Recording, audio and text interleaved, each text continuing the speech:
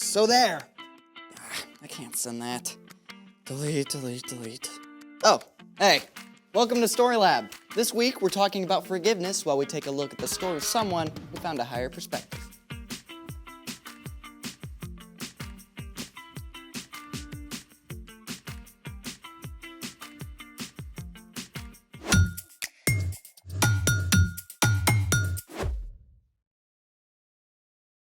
Hey, I'm Carter. And I'm Zeke. We're talking about forgiveness, which is deciding that someone who has wronged you doesn't have to pay. Spoiler alert, there is money in today's story. A handful of pennies is not really a lot of money. That's what you think. These pennies could buy a lot in 1950. That's what I thought. In 1950, a loaf of bread cost 12 cents, a comic book cost 10 cents, and a candy bar cost 5 cents. It takes a lot more pennies to buy a candy bar now, Zeke. Yeah, but it only takes 1 penny for me to amaze you. Really? Oh yeah, I shall now make this penny disappear just by rubbing it. Mm-hmm. Observe. See? You Gone. just made all those pennies fall off the table. You have no sense of mystery. Ah, but I do. I know how to amaze you with this penny. How so? I can make all this dirty tarnish disappear in a single step. You're on. Then, let's do it. Step 1, find a really dark, dirty penny and place it in a dish. Done.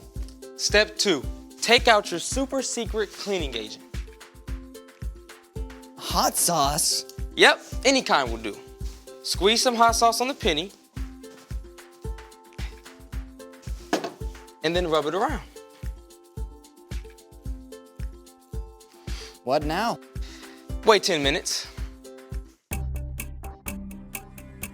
Step 3, rub the penny with your fingers and then rinse it with water. See? Ta-da! That is so cool. I can't believe it's the same penny. I know, right? Copper becomes dirty or tarnished when oxygen in the air reacts with the copper to form copper oxide.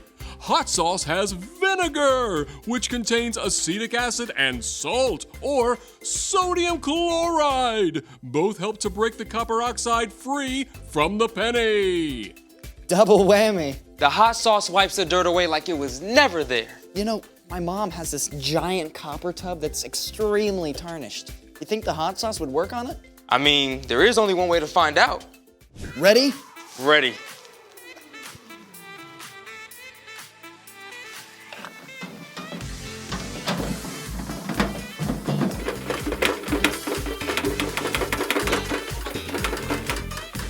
You know, I wonder how this tastes. I don't think you want to taste that, Zeke. Oh, is that a dare? It's a double dare. Okay. Oh, that's not half bad. Oh. Oh. Whoa, that's hot. Oh, that's hot. Whoa, oh, that's really hot. Zeke, I would love some help. Give me a moment.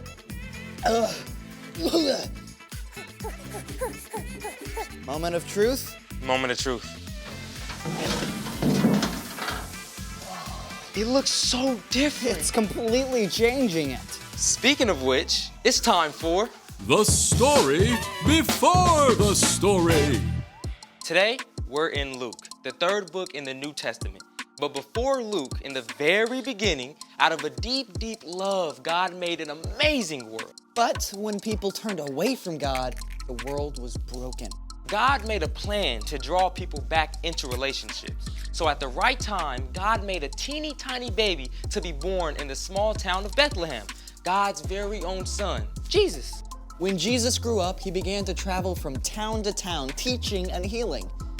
Everywhere Jesus went, big crowds of people pressed in around him. Religious leaders, everyday people, even Roman soldiers, and people who were considered outcasts. Which is where our story starts. Take it away.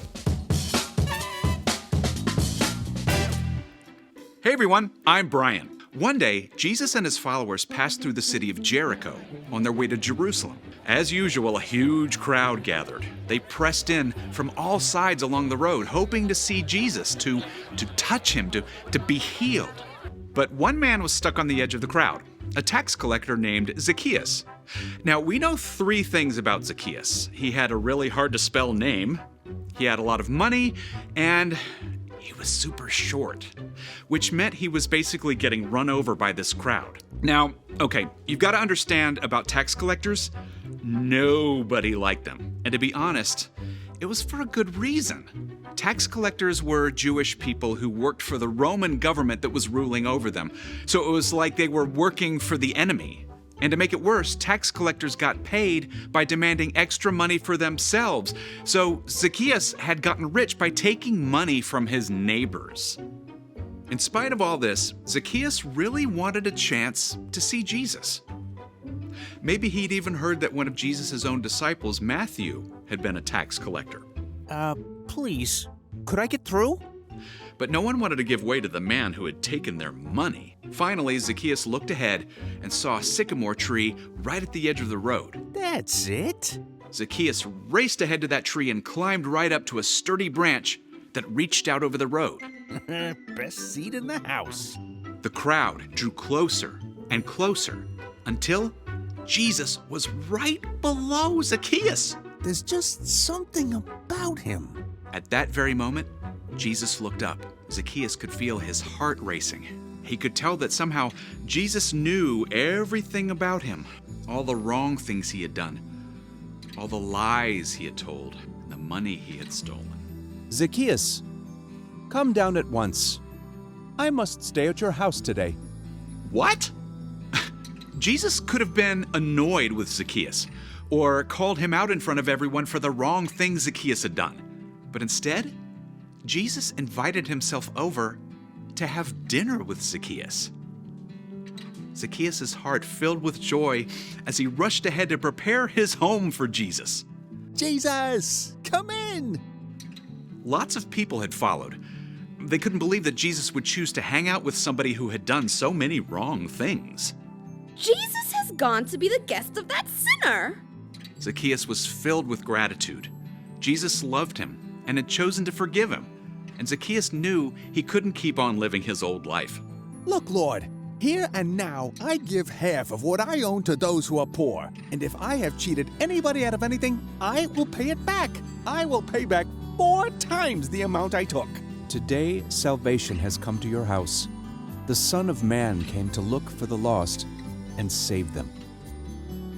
In a single day, Zacchaeus went from outcast to beloved follower of Jesus. His entire life was changed from the inside out. The end. Wow, that's amazing. So Zacchaeus promised to give away half of what he had. Plus 4 times the amount that he cheated out of anyone. That might have been everything he owned. But it didn't matter because Jesus. Jesus had forgiven Zacchaeus completely, even before he asked. So what's our part in the story? Well, forgiveness can change people, starting with you. When you ask God to forgive you of the wrong things you've done, it frees you from carrying around a load of guilt and fear. It frees you to love God and love others. And when you choose to forgive those who have wronged you, it can change them too. Like maybe your little brother borrows your video game without asking and messes it up. You could yell at him, get in a big argument, and stay mad for days. Or you could choose to forgive your brother. Then you don't have to carry that anger. Plus, it could change your brother's heart too and make a way for you to be friends. Forgiving someone does not always mean that they will change, but it opens the door for them to live differently. Like Zacchaeus. Exactly. Sharing God's forgiveness with others is a pretty incredible gift. Sure is. See you next time. So here's the thing. When you forgive others, it can change them. And hot sauce. Hot sauce can change things too. Now you're making me want some hot sauce. Thanks for joining us in the Story Lab. See you next time. Yeah. Come on. Let's go. I know I'm gonna make mistakes in this life I live, but you never leave me. You forgive. I want 'cause no matter what I do, I'm always loved by you. In the morning time, I'm gonna sing. God, you make me smile when you do and you think. I'm thankful for the way you set me free and all of the ways that you love me. I know I'm gonna make mistakes in this life I live, but you never leave me. You